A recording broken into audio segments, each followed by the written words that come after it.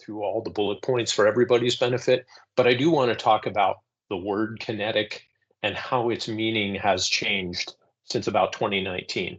So beginning at 10.2.500, and even a little bit before that, we were starting to see some things that were originally called, I think, the active homepage, and later transitioned to be called the kinetic homepage.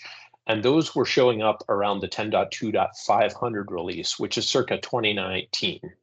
So as we moved into 2020 and with 10.2.700, the kinetic user interface was essentially in preview mode in 10.2.700, including one of the key tools that we needed to use the kinetic UI, especially for personalizing and customizing the screens, and that was a tool called Application Studio. So again, that's about 2020, and we were still on the 10.2, 10.2.700 in this case release, but at that time the word kinetic meant just a style of UI and the tools related to that. As we approached the introduction of what was previously being called Epicor 11 or E11, the Epicor marketing team decided that they wanted to apply that name kinetic to the entire product.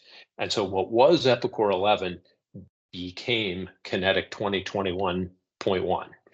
And that was on or about June 2021.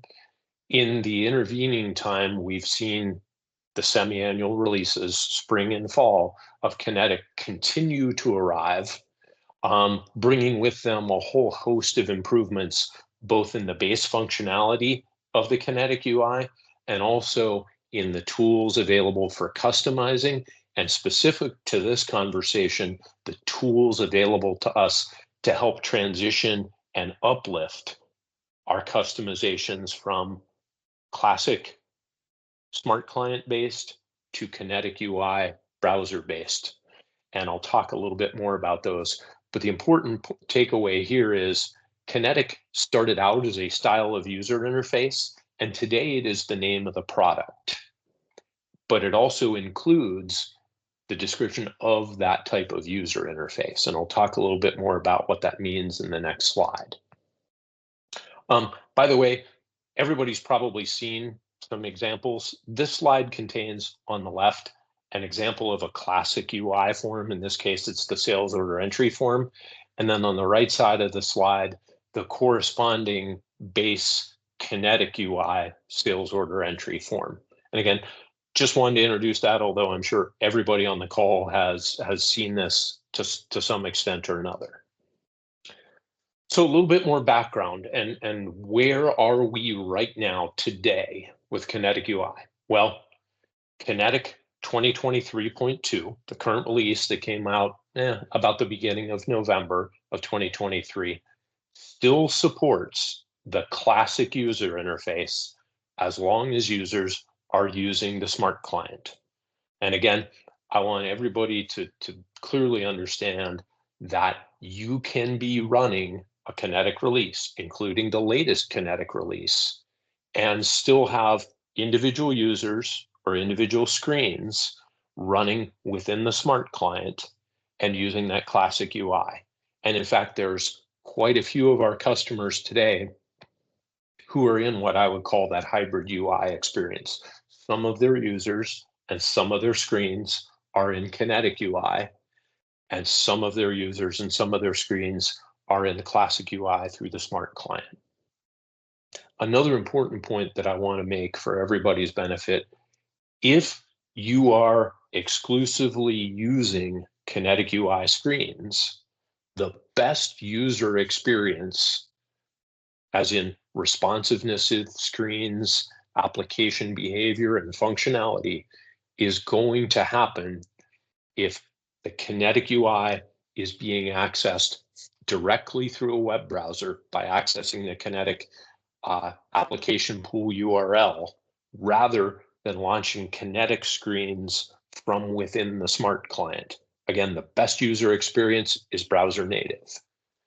Beginning with Kinetic 2023.2, again, that latest release from last fall, Epicor brought us a really nice piece of technology to make that hybrid experience better. And that's something called browser first technology.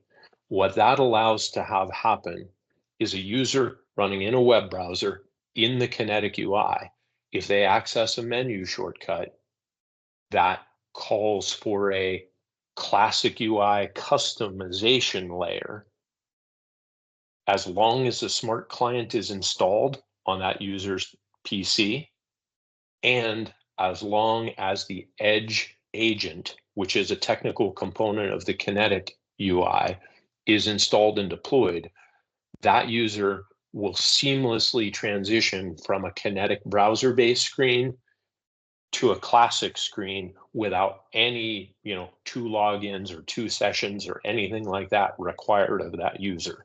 So again, 2023 is required. The smart client can still be installed, and if you use the Edge client as well, you can use that browser first technology, which means that all of your users, their first login experience is through their favorite web browser. Again, depending on your organization's rules, might be Edge, might be Chrome, might be something else on any OS.